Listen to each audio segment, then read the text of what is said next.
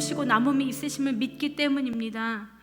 주님, 이 자리에 계신 우리 성도님들 주님께서 함께하여 주시고 성령님 지켜주셔서 하나님 말씀이 다가가고 하나님을 예배하는 것을 방해하는 악한 마귀 사탄이 틈타지 못하도록 주님 지켜주시옵소서. 오직 주님의 은혜를 경험하는 귀한 시간 되게 하시며 그 은혜를 그 누구도 건들 수 없도록 주님 지켜주시옵소서. 하나님, 이 시간에도 하나님 예배를 드리기 소망하였지만 여러 가지 사정으로 드리지 못한 분들이 있습니다. 그분들을 기억하여 주시고 하나님, 개인적으로 하나님을 만날 수 있는 귀한 시간과 여유를 허락하여 주시옵소서. 하나님, 북한 땅에서 정말 예수님을 믿고 싶어도 숨어서 예수님을 믿으며 그것으로 인해 핍박받는 자들이 있습니다. 주님 지켜주시고 또 우리가 이 자리에서 얼마나 감사한지 알게 하시며 그들을 위하여 기도할 수 있는 마음을 주시옵소서.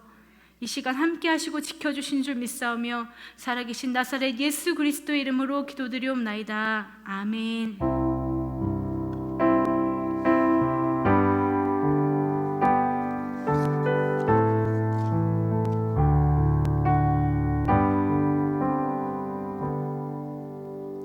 오늘 하나님께서 우리에게 주시는 말씀은 마태복음 22장 34절부터 40절 말씀입니다.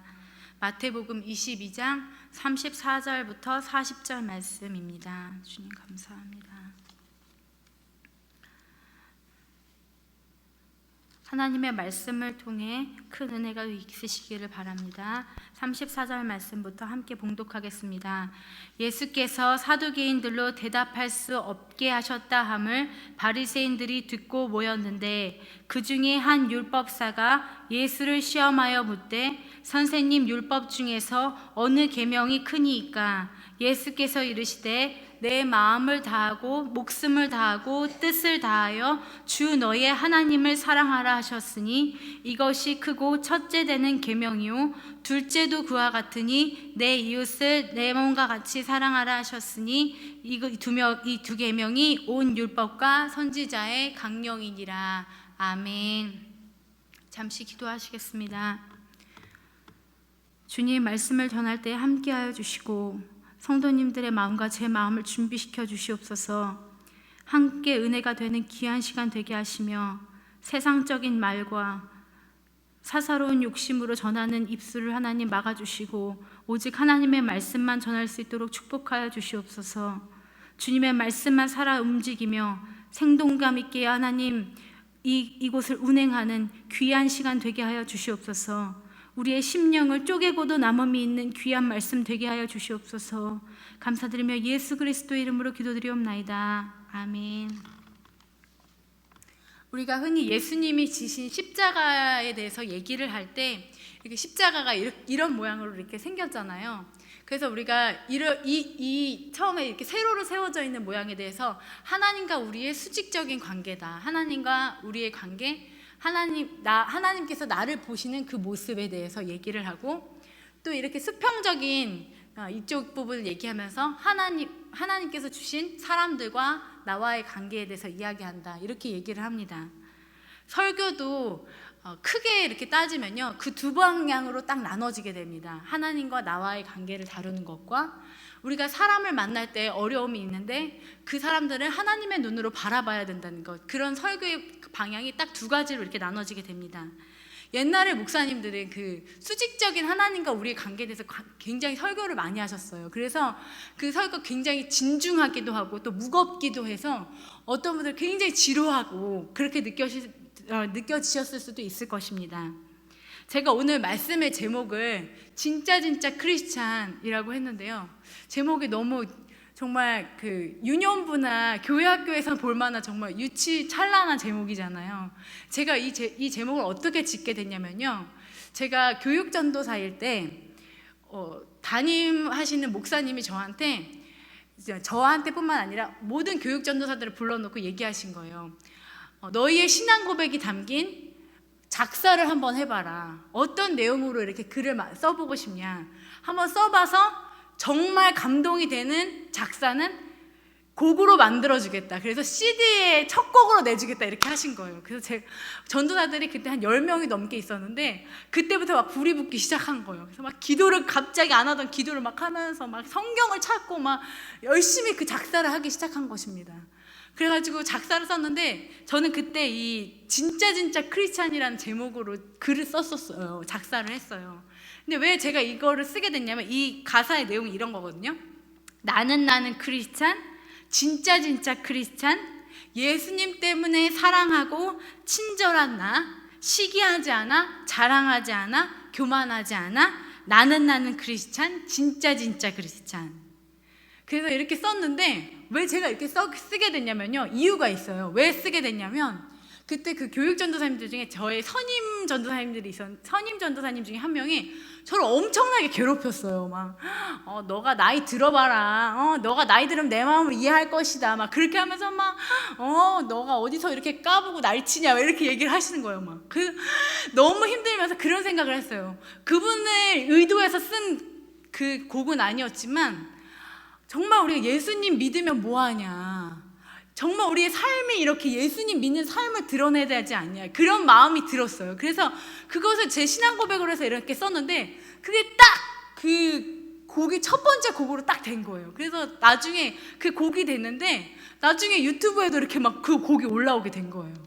그런데 제가 이것을 쓸 때 어떤 마음이 있었냐면 우리가 정말로 이 수직적인 관계뿐만이 아니라 이 수평적인 관계도 잘해야 되지 않나, 이런 마음을 썼는데 정말 그때를 기점으로 해서 정말 그러니까 제가 그렇게 기점을 만들었다는 것이 아니라 그 이후로 수많은 목사님들의 설교의 많은 부분이 이 수평적인 설교로 많이 바뀌게 되었어요.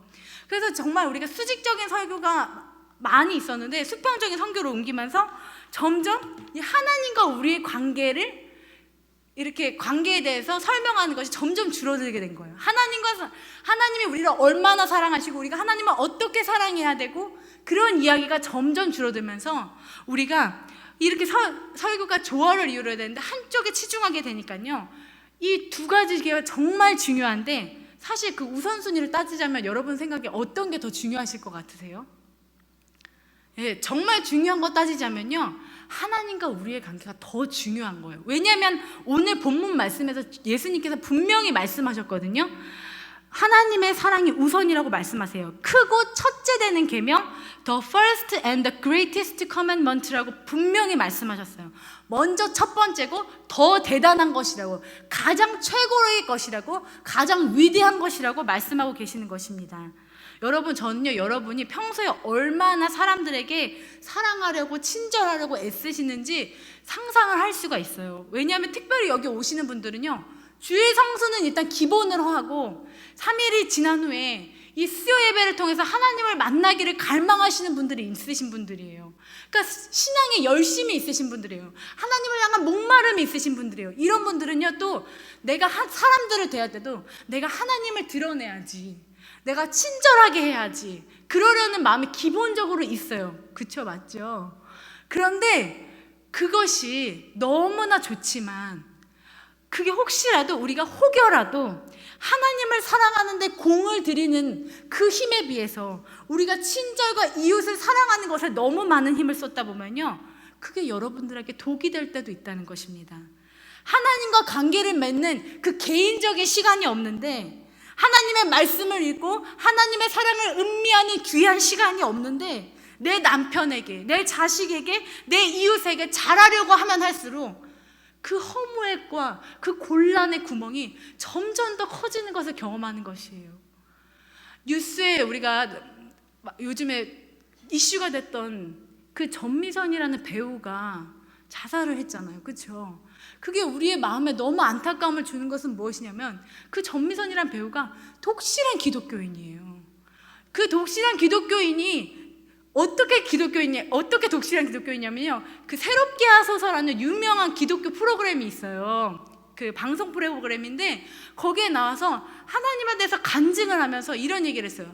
하나님을 꿈에서 2번이나 만난 거예요. 직접적으로 빛으로 임하신 하나님이 그 전미선이 항상 우울증이 그 전미선의 마음을 힘들게 했었는데 그때마다 하나님께서 임하셔서 너는 지금 나에게 올 수 없다, 너는 지금 나를 붙들어야 된다라고 말씀하신 거예요. 그래서 그 간증에서, 그 새롭게 하소서의 간증이 나와가지고 그 얘기를 했어요. 그래서 하나님께서 내 삶을 통해서 나를 단련하시고 나를 지키심을 믿습니다 고백했던 사람이에요. 그런데 그 사람이 지금 그렇게 된 것을 보면서 제 마음이 그런 마음이 드는 거예요. 그런데 그 전미선의 배우의 특별한 경우일까요? 아니에요. 예수님께서 분명히 성경을 통해 말씀하고 계신 것은 너희가 잠시 세상의 염려와 잠깐의 이렇게 뒤돌아보는 것으로 그 세상의 염려로 빠져서 하나님을 보지 못하는 일이 있을까 주의하라 말씀하시는 거예요. 늘 깨어 기도하고 있으라 말씀하신 이유는 우리가 까딱 잘못하면 하나님의 사랑을 잊게 되기 때문에, 우리가 까딱 잘못하면 그 사랑을 놓치고 내 생활이 곤란과 힘듦과 우울함이 더 커지기 때문에 말씀하고 계신 것이 아닙니까? 여러분 다 잘하시고요, 하나님을 사랑하지 않아서, 하나님을 사랑하지 못해서 마음의 구멍이 뻥뻥 뚫리시는 일이 없으시기를 간절히 축복합니다. 하나님의 사랑이 가득 차서 무엇을 하든지 넘치는 기쁨으로 감당하실 수 있기를 축복합니다. 하나님을 사랑한다는 것은요, 첫 번째로 저희 전 인격으로 하나님의 주권을 인정하는 것입니다. 바로 하나님을 신뢰하고 그분의 섭리를 인정하는 것입니다. 여러분 하나님이 만물의 주인됨을 믿으세요? 그럼 하나님이 여러분의 주인 되심을 믿으세요? 그러면요, 한 가지 더 질문 드려볼게요. 이건 어떠세요? 하나님이 태어나기 전부터 나보다 다른 어떤 사람을 더 사랑할 수도 있다는 것, 나보다 다른 어떤 누구를 더 사랑하고 더 편애하실 수도 있다는 것 인정하실 수 있으세요? 로마서 9장에는요 이런 기독교 역사의 가장 큰 쟁점이 되는 이야기가 나와요. 어떤 얘기냐면 하나님께서 이삭을 태어나게 하셨는데, 아브라함을 통해서 이삭을 태어나게 하셨는데 첫 아들은 하갈을 통해 나온 이스마엘이었어요. 그런데 이스마엘을 하나님께서 선택하신 것이 아니라 하나님께서 당연히 선택해야 될 이스마엘이 아닌 이삭을 선택하신 거예요. 그래서 하나님께서 그리고 말씀하시는 거예요. 얘는 내 약속의 씨앗이야, 약속의 자손이야 말씀하시는 거예요. 또 뭐라고 말씀하시냐면 야곱은 사랑하고 에서는 사랑하지 아니한다, 미워한다. 성경에 분명히 그렇게 적혀 있어요. 그게 그런데 또 어떤 말씀이냐면 태어날 때부터 행위로 되지 아니하고 내가 처음부터 그렇게 정했다는 거예요. 뭐 에서가 처음부터 뭔가 잘못한 것이 없었는데 그냥 그렇게 태어난 것인데, 야곱과 에서 거기에서 그 야곱을 사랑하시기로 주님께서 처음부터 결정하셨다는 거예요. 그게 인정하실 수 있으세요? 그래서 수많은 사람들이 로마서 9장을 들여대면서 하나님은 공평하지 않으신 분이야, 하나님은 완전하신 분이 아니야, 왜냐하면 편애하시니까, 편견을 갖고 계시니까 그렇게 얘기를 해요. 여러분은 그런 생각이 안 드시나요? 저는 로마서 9장을 읽으면서 약간 서운한 마음이 들었어요. 왠지 나는 야곱 쪽이 아니라 에서의 쪽일 것 같아서, 왠지 저는 이삭 쪽이 아니라 이스마엘 쪽일 것 같아서 약간 서운한 마음이 드는 거예요. 그런데 하나님이 이렇게 말씀하시는 거예요. 이 로마서 9장의 마지막에 뭐라고 말씀하시냐면 토기장이가 진흙한 덩이로 하나는 귀 있을 그릇을, 하나는 천이 쓸 그릇을 만들 권한이 없느냐? 근데 그게 하나님의 불이냐? 분명히 말씀하세요. 그런즉 우리가 무슨 말을 하리요? 하나님께 불의가 있느냐? 그럴 수 없느니라. 너희가 왈가왈부할 것이 아니라는 거예요. 왜냐하면 하나님이 주권자이기 때문에. 하나님의 만물의 창조자임을 믿으세요? 하나님이 여러분의 주인 되심을 믿으세요? 그러면요, 그 모든 것들이 하나님의 주권이라는 것을 믿으시기 바랍니다. 그리고 그것이 믿어지시는 축복을 누리시기 바랍니다. 그런데요, 여기서 하나님의 사랑의 놀라움이 있어요. 왜냐하면 제가 말씀드렸듯이 하나님의 사랑에 대해서 우리가 왈가왈부 할 수 없잖아요. 우리가 하나님의 주권에 대해서 이러쿵저러쿵 얘기할 거리가 없는데 하나님은 우리의 이러쿵저러쿵 왈가왈부를 하나님께서는 허용하세요. 그리고 그것을 기다리시기도 하세요. 하나님께서는 우리의 기도를 기다리세요. 우리의 만남의 자리를 기다리세요. 우리의 따짐과 우리의 투정을 기다리세요. 왜냐하면 그 세상을 만드신 만물의 주관자가 우리를 너무나 사랑하시기 때문에 우리가 투정이라도 부려주시기를 기다리시는 거예요. 네가 나에게 무슨 말이라도 해라. 여러분, 우리가 이렇게 하나님의 사랑을 판단하고 이렇게 하면 너무나 힘들지만요, 때로 우리가 그렇게 해야 될 때가 있는 거예요. 며칠 전 제가 놀이터에 앉아서 있는데 흥미로운 장면을 목격했어요. 아이가 놀이터를 킥보드를 타고 막 돌아다니는 거예요. 원래 놀이터 안에서는 이제 킥보드를 타면 안 되는데 킥보드를 엄청나게 빠른 속도로 막 그 주변을 도는 거예요. 위험한데 그 아시죠? 그 아슬아슬한 거. 그런데 그 애가 아니나 다를까 제 앞쪽에 와서 엄청나게 빠른 속도로 탁 자빠졌어요. 넘어진 게 아니라 거의 자빠졌어요. 근데 그렇게 자빠지면서 얘가 넘어질 걸 알았나 봐요. 그 빠른 속도로 넘어지는 순간에도 이렇게 딱 어떻게 한 거예요. 그래서 많이 안 넘어졌어요. 이렇게 딱 스쳐 지나갔어요. 그런데 그 순간에 애가 탁 넘어지면서 엄마! 하는데 엄마 따가 너무너무 따가 막 계속 그렇게 하는 거예요. 그래서 시가 시작하자마자 애가 막 넘어지자마자 그렇게 하니까 엄마가 깜짝 놀라서 달려왔죠. 그래서 애를 안고 엄마 자리로 간 거예요. 근데 그때부터 애가 얼마나 엄마한테 짜증을 내는지, 뭐 엄마가 거기 길을 닦아놓기를 했어요. 킥보드를 타라고 하기를 했어요. 근데 애가 엄마한테 짜증을 내는데 엄마 너무 따가워, 엄마가 그랬잖아, 어쩌고 막 그러는 거예요. 그러다가 처음에는 엄마가 이걸 다 받아주다가요, 나중에 야 내가 너 이렇게 만들었어? 근데 왜 나한테 이렇게 짜증내? 그러시는 거예요. 근데 그런 경우 한 번쯤 다 있으셨죠. 자녀들이 그랬던 적 있잖아요. 별것도 아닌 거 가지고 막 괜히 엄마만 보면 막 잡아 먹으려고 그러고 막 짜증을 내고 그러셨던 적 여러분도 있으시고 자녀들이 그런 거 경험도 해보셨잖아요. 왜 그래요? 엄마가 믿을 구석이니까. 엄마는 이래도 된 것 같이 내 사랑을 받아줄 것 같으니까. 근데 하나님이 여러분에 대해서 그렇게 하세요. 여러분들의 투정을 들으세요. 아이고 그랬어, 위로해 주세요. 여러분들의 생활의 염려를 들으시고 위로하시고 갚아주기도 하세요. 그런데 그것이 때로 너무 하나님의 주권을 인정하지 않은 거기서 벗어나게 되면요, 그 짜증이 부정을 낳고 우리의 삶 전체가 부정적으로 이어지는 안 좋은 결과를 낳게 된다는 것입니다. 그래서요, 여러분, 제가 설교할 때 여러분한테 말씀드린 적 있어요. 하나님한테 투정이라도 부리세요. 하나님한테 한번 따지기라도 하세요. 맞아요. 한 번쯤 따져보셔도 돼요. 하나님 왜 이런 일이 일어났지요? 질문해 보셔도 돼요. 그런데 그때 여러분들이 잊지 말으셔야 될 것은 하나님의 손안에 모든 것이 있다는 것. 우리가 하나님 손안에 있다는 것. 우리의 인생이, 내 자녀의 인생이, 내가 걱정하고 고민하는 이 모든 것들이 바로 주님 손안에 있다는 것을 절대로 잊으시면 안 됩니다. 하나님이 우리의 주권자가 되십니다. 그것을 반드시 믿으시는 여러분 되시기 바랍니다.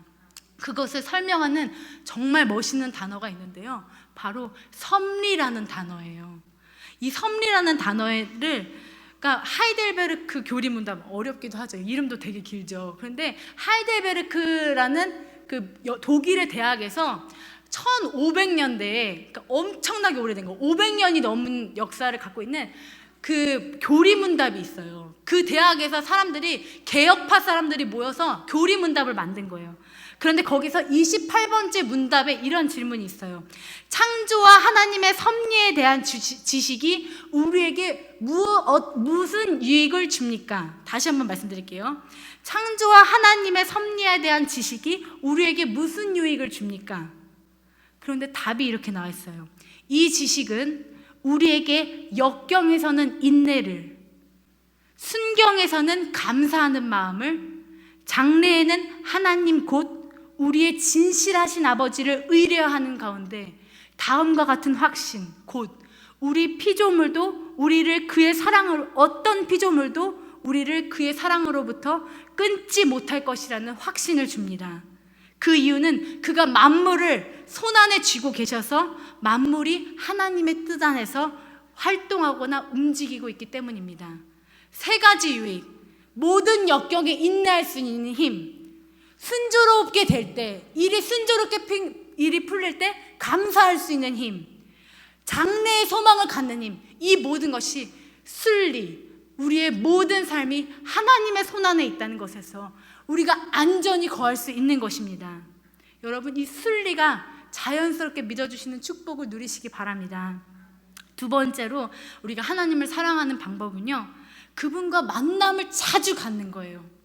여러분, 연애할 때 보면요, 저 사람이 나를 좋아하는 거야? 그렇게 느낄 때가 언제냐면은 자꾸 이상하게 만날 때가 아닌데 자꾸 만나져요.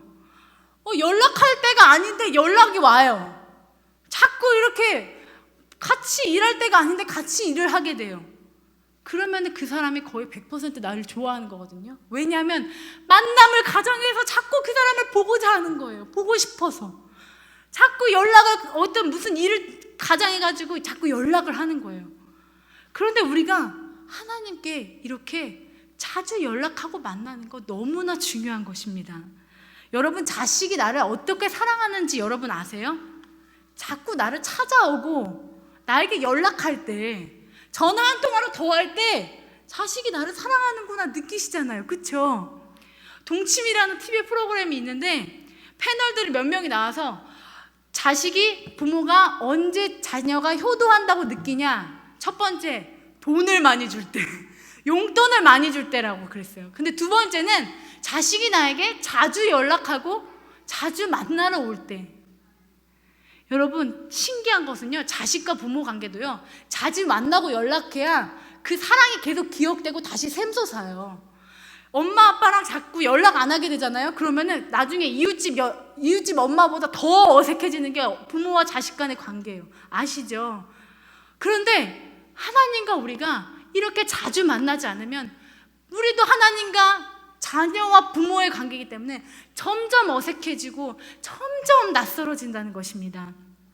그런데 이 하나님과 자주 만나는 것은 예배라는 행위를 통해 이루어지기 때문에 우리가 예배가 회복돼야 된다고 말하는 것입니다. 여기서 짚고 넘어가야 될 것이 있는데요, 교회에서 우리가 예배를 드리는 그 행위와 내가 예배 드리는 것과는 다른 문제예요. 비슷하긴 한데 똑같진 않아요. 왜냐하면 여기 계시는 모든 분들이 이 자리에 앉아있지만 정말 하나님께 예배하는지는 하나님만 아세요. 하나님과 나와 단독적인 관계를 맺고 있는지, 머릿속에서 다른 생각과 다른 염려가 마음속에서 여전히 짐을 가지고 갖고 있는지는 하나님이 아세요. 그리고 여러분도 아시잖아요. 그런데 우리가 왜 이렇게 교회에 와서 예배를 자꾸 드리자고 하나요? 이거는요, 여러분, 혼자 예배드리기 너무 힘드니까, 죄인된 우리는 하나님을 멀리할 수밖에 없는 속성을 가지니까 이렇게 예배로 돗자리 깔아드리고, 하나님 우리가 개인적으로 만납시다, 하나님을 간절히 찾읍시다, 서로 밀고 당기고 하는 것입니다. 저희 교회에 기도회가 있어요. 그런데 한 목사님한테 제가 어느 날 물어봤거든요. 한 목사님, 제일 힘든 사역이 뭐예요? 물어봤더니 그 기도회가 제일 힘들대요. 그 1시간 50분 동안, 그냥 50분 동안 이렇게 찬양 계속 하고 나면요, 힘이 다 빠진대요. 그리고 그거가 있기 때문에 세종에 어디 바깥을 나가질 못해요. 매일매일 그 시간이 되면 그 자리에 있어야 되기 때문에. 그런데 아무리 우리가 고민을 하고 생각해봐도 기도를 해봐도 그걸 포기할 수 없는 이유가 있어요. 왜냐하면 저희 교회가 정말 크고 작은 어려움이 있을 때 그 많지도 않은 분들이 거기서 기도를 하시는데 그분들의 기도가 우리 교회를 지키고 있다는 걸 느끼는 거예요. 그리고 우리가 정말 제 스스로도요, 정말 저도 거기서 7시부터 50분까지 어쩔 때는 제 애만 쫓아다니느라고 여기 앞에 와서 다이빙하고 막 점프한다 그러고 막 굴르고 막 앞에 나와서 막 왔다 갔다 하면 정신이 하나도 없어요.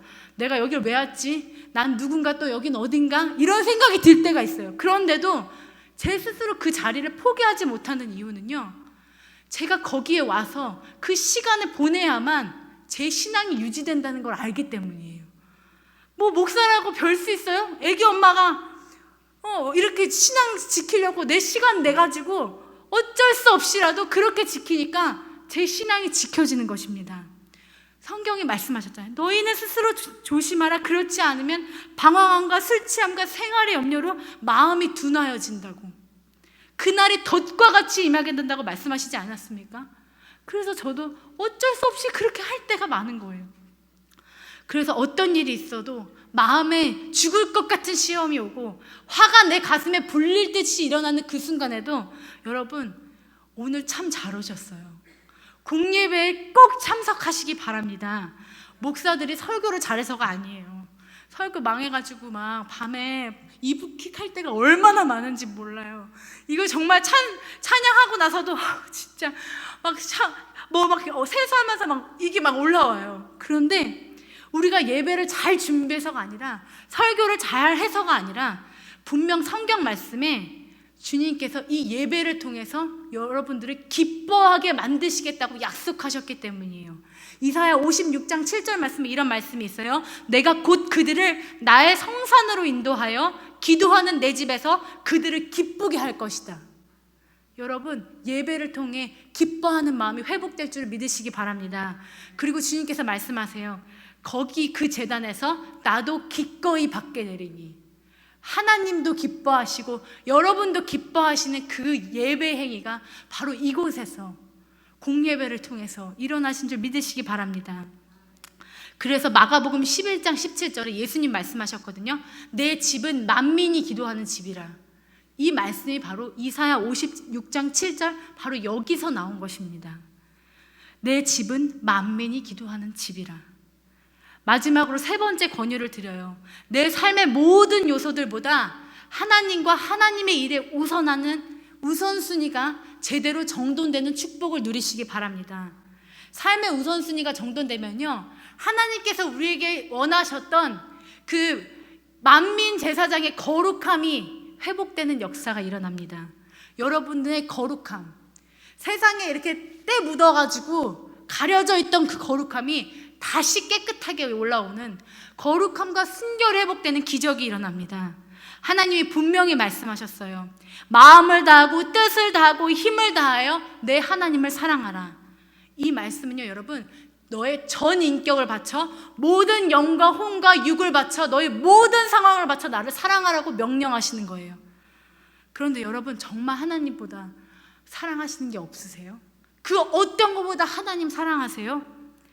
세상에 반발 담가놓고 하나님께 반발 담가놓고 딱 조화롭게 살 수 있다면 얼마나 좋겠어요. 저도 진짜 그렇게 하고 싶어요. 세상에서도 잘 먹고 잘 살고 하나님도 사랑하고 그러면 얼마나 좋을까. 늘 꿈꾸지만 불가능한 일이에요. 그런데 수많은 크리스찬이 거기에 넘어간다는 거예요. 마귀가 늘 유혹해요. 너 나에게 절만 해봐. 내가 세상의 모든 것들을 줄게. 예수님한테 유혹하신 것처럼 정말 세세하고 작은 것으로. 너 지금 피곤하잖아. 너 기도할 시간 없잖아.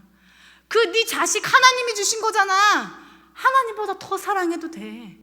너 마음껏 사랑해도 돼. 아주 작은 차이를 두고 유혹한다는 것입니다.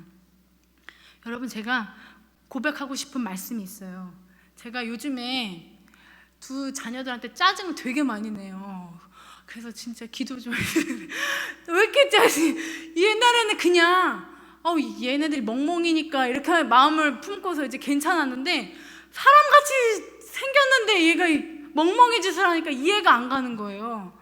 근데 어느 날에 거의 뭐 90% 그런 마음인데, 어느 날 딱 하루 보니까 너무 귀여운 거예요, 얘가. 그래서 아이고 진짜 얘가 이런 날이 있네. 참 너무 사랑스럽다. 너무 귀엽다. 이런 마음이 들었어요. 한번 예뻐 보니까 또 되게 예뻐 보이는 거예요. 그럴 때 있잖아요. 밤에 잘 때 너무 예뻐 보이고 막. 너무너무 예뻐 보이는 거예요. 그런데 그때 제 마음에 탁 하나님께서 가슴에 질문을 탁 떨어뜨리시는데, 너 네 새끼들보다 나 더 사랑해? 근데 그때 갑자기 제 마음이 탁 걸리는 거예요. 금방 대답을 못 하겠는 거예요. 그래서 제가 어떡하지? 그런 마음이 들었어요. 그리고 나서 이제 밤이 돼가지고 애들을 재우다가 제가 깜빡 또 잠이 들었어요. 그래서 새벽과 밤의 사이에 이렇게 눈을 딱 떴는데, 이렇게 햇빛이 살짝 들어오는 거예요. 커튼 사이로. 그래서 제가 이렇게 일어나서 아유, 내가 밤에 또 기도를 안 하고 잤구나. 기도해야지. 그래서 새벽에 이렇게 앉아서 있는데, 갑자기 제 아들을 살짝 쳐다보는데, 아니 그 햇빛이 이렇게 햇빛이 비치는 것 때문에 그랬는지 제 아들의 다리가 없어 보이는 거예요.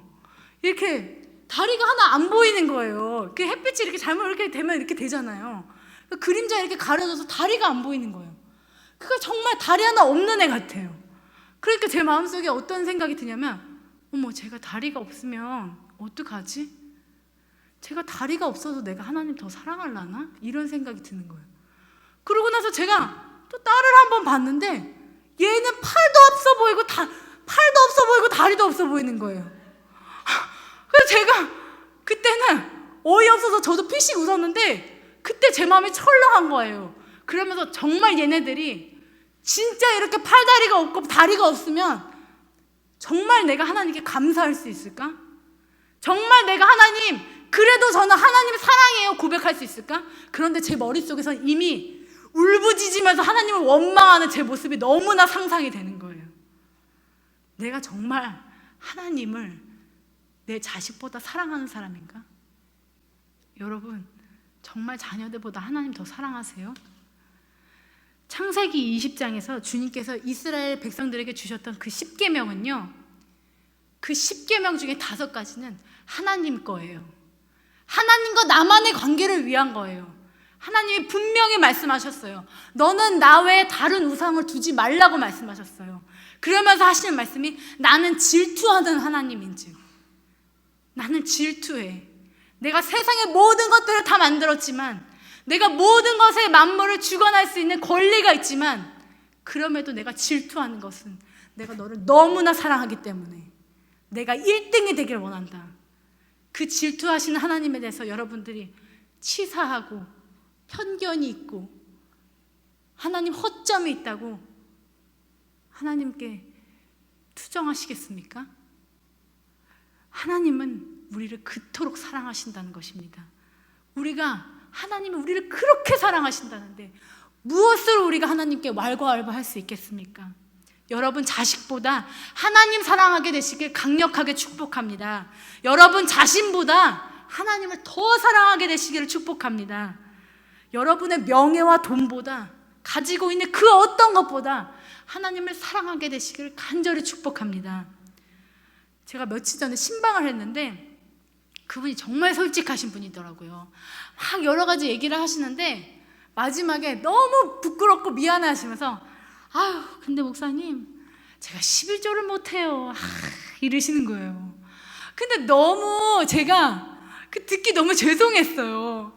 아유, 괜찮아요. 듣고 있는데 막 몸이 막 베베 꼬이는 거예요. 그 말을 정말 솔직하기도 하시네요. 제가 막 그랬어요. 저도 민망해가지고. 그런데 괜찮아요.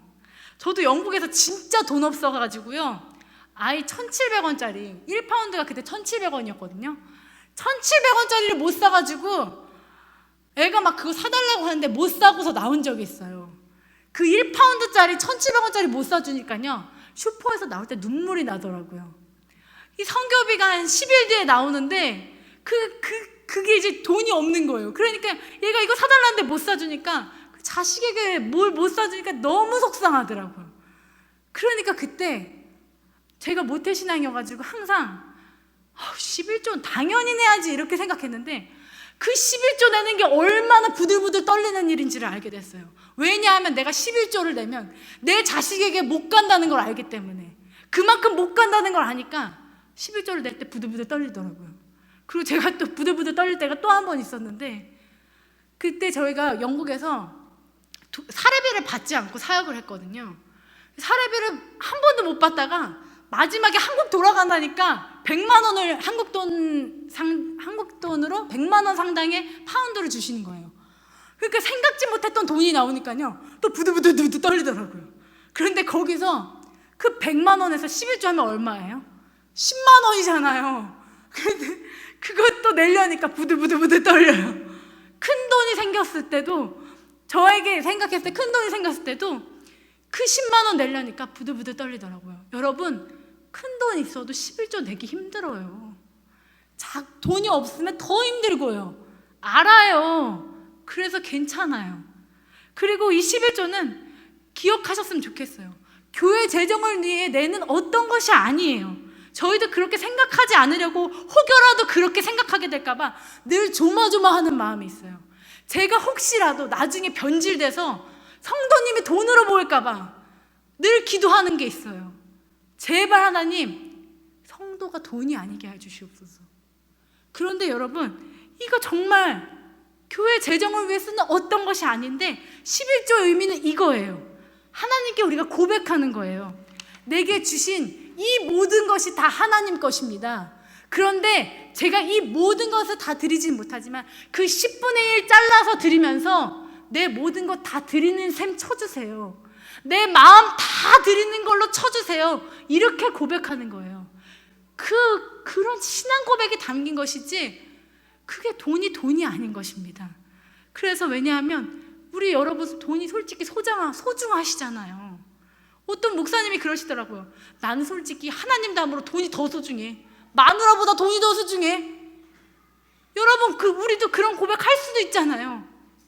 그런데 이것이 우리의 신앙 고백이라는 것입니다. 그래서 우선순위가 제대로 정돈되면요, 여러분의 삶이 정돈되실 줄을 믿습니다. 확신합니다. 그래서 저도 점검해 보려고 해요. 일주일의 삶의 크고 작은 요소를 한 가지씩 따져서 내 우선순위가 뒤바뀐 것은 없는지 확인해 보세요. 저도 한 일주일 전부터 이런 작업을 하고 있는데 제가 지금 제 마음에 탁 걸린 게 있었어요. 뭐냐면 밤에 잠을 애들을 재우면서 저도 같이 자는 거예요. 설교 때 몇 번 얘기한 적이 있었는데 제가 그 시간을 너무 좋아해요. 왜냐하면 잠자는 시간만큼은 제 맘대로 할 수 있잖아요. 너무 긴장 없이 팍 풀어질 수 있는, 이렇게 늘어질 수 있는 그 시간이 저한테 너무 소중한 거예요. 나 잠이라도 충분히 자야지, 아침부터 저녁까지 열심히 수고하지, 그런 생각이 저에게 있어요. 그런데 문제가 뭔지 아세요? 제가 여러분한테 너무 부끄러운데 새벽 기도를 제가 지금 안 드리고 있어요. 토요일만 새벽 기도를 드려요. 여러분들한테 자랑하는 것이 아니고 여러분 그렇게 하시라는 게 절대 아니에요. 제가 부끄러운데 고백하는 거예요. 그런데 제가 그럼 나름대로 핑계는 있어요. 자녀들이 막 저만 없으면, 제 옆에 없으면 막 일어나가지고 막 설치거든요. 근데 그 설침을 감당할 마음의 그 준비가 안 된 거예요.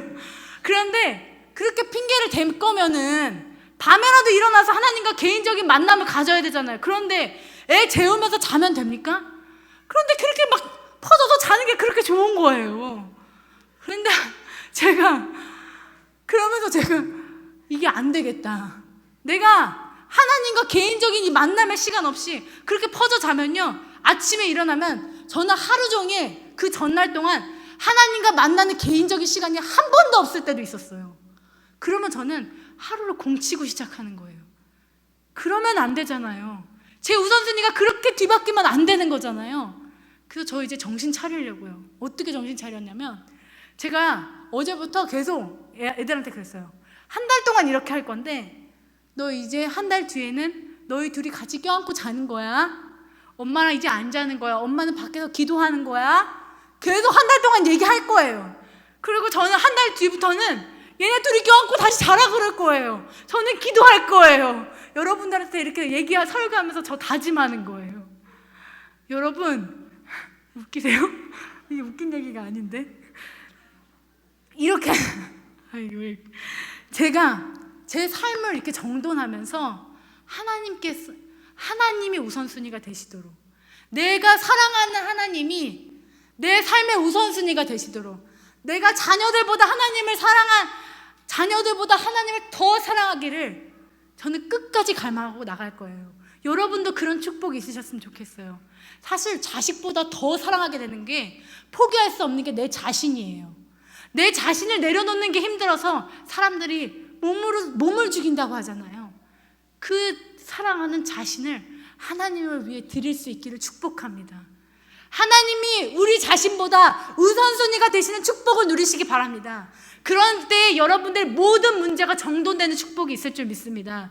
여러분들이 갖고 있는 크고 작은 문제들이 정돈되는 축복이 있을 것입니다. 그 놀라운 기적을 이것을 통해 누리시기를 간절히 축복합니다. 이렇게 우리가 하나님을 사랑하는 방법으로, 첫 번째, 하나님께 주권적인 믿음이 있다는 것을 인정하고 그분의 섭리를 인정하는 것, 두 번째는 그분과의 지속적인 만남을 갖는 것, 세 번째는 삶 속에서 그분이 우선순위가 되게 하는 것, 이 세 가지에서 나눠봤는데요. 이 모든 것을 가능하게 하는 아주 충분한 전제가 있어요. 그것은 이미 하나님께서 우리를 100%로 사랑하고 계시다는 거예요.